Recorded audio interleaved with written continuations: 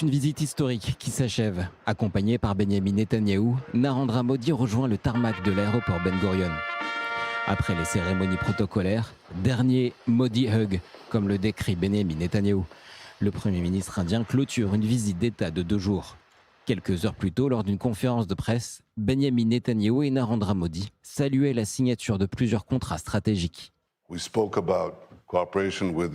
Nous avons parlé de coopération avec le peuple extraordinaire d'Inde et notre peuple. Je vais vous donner 2 exemples concrets. On parle d'agriculture de précision. Ça veut dire que vous n'irriguez pas au hasard. Vous ciblez une zone précise, une plante précise. Alors pourquoi ne pas faire la même chose avec l'éducation des étudiants? On parle d'éducation de précision. On a maintenant les logiciels, l'IA pour toucher tous les étudiants et les aider à atteindre leur plein potentiel.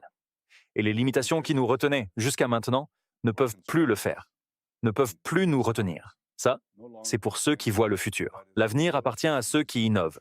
Et Israël et l'Inde sont portés et animés par l'innovation.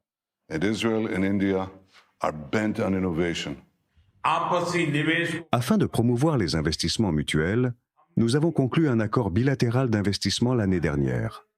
Nous finaliserons également prochainement un accord de libre-échange mutuellement avantageux. Nous avons décidé aujourd'hui de créer le partenariat pour les technologies critiques et émergentes. Cela donnera un nouvel élan à la coopération dans des domaines tels que l'IA, l'informatique quantique et les minéraux critiques. Ce matin, c'est Yitzhak Herzog qui recevait le Premier ministre indien. De retour d'Éthiopie, le président de l'État a salué le rôle de l'Inde dans l'avenir du Moyen-Orient. Je crois que l'Inde est un élément essentiel du brillant avenir du Moyen-Orient et que le Moyen-Orient est un élément essentiel du brillant avenir de l'Inde. J'ai constaté votre croissance record.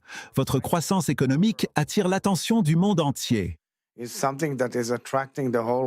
Ayad Vashem, le Premier ministre indien, a honoré la mémoire des 6 millions de Juifs exterminés par les nazis. Dans son message d'au revoir sur les réseaux sociaux, le Premier ministre indien a salué l'accueil chaleureux d'Israël et s'est montré optimiste sur le partenariat israélo-indien qui devrait, selon ses mots, atteindre de nouveaux sommets dans les années à venir.